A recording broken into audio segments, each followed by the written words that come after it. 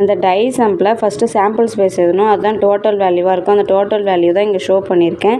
இதை வச்சு தான் சம் போடுவோம். வாங்க சம் கொஷினை பொறுத்த வரைக்கும் நம்ம வந்து பாசிபிள் அவுட்கம்ஸ் என்ன அப்படின்னா, அவுட்கம்ஸ் வந்து நமக்கு 36 இருக்குது. 2 டைஸை த்ரோ பண்ணும்போது டப்லெட்டு அப்படி இல்லைன்னா ஆறுன்னு வேல்யூ கொடுத்துருக்காங்க. ஆறுன்னு வந்தாலே ப்ளஸ் தான் யூஸ் பண்ணணும். சம் ஆஃப் 4ன்னு வராங்க. டப்லெட் அப்படின்னா என்னென்னா ஒரே எண்ணே மறுபடியும் வருது அப்படின்னா 1,1 2,2 எக்ஸட்ரா டு 6,6 வரைக்கும் வர்றது தான் நமக்கு டப்லெட்டுன்னு மீனிங்.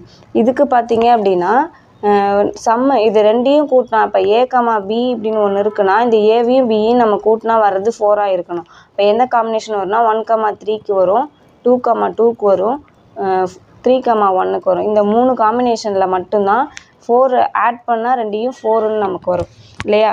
இப்போ இது ரெண்டுத்துலேயும் காமன் டேர்ம் பார்த்தீங்கன்னா 2,2ங்கிறது ஒரு டேர்ம் வந்து காமனாக இருக்குது. அப்போ நம்ம டப்லெட்டுக்கு நம்ம போட்டோம் அப்படின்னா 6 பாசிபிள் கேஸு, டோட்டல் வந்து 36. ஈவனுக்கு சம் ஆஃப் 4 பார்த்தோம்னா 3 பாசிபிள் 36 டோட்டலு. ரெண்டுத்துலேயும் காமன் 1 காமனு, டோட்டல் வந்து 36.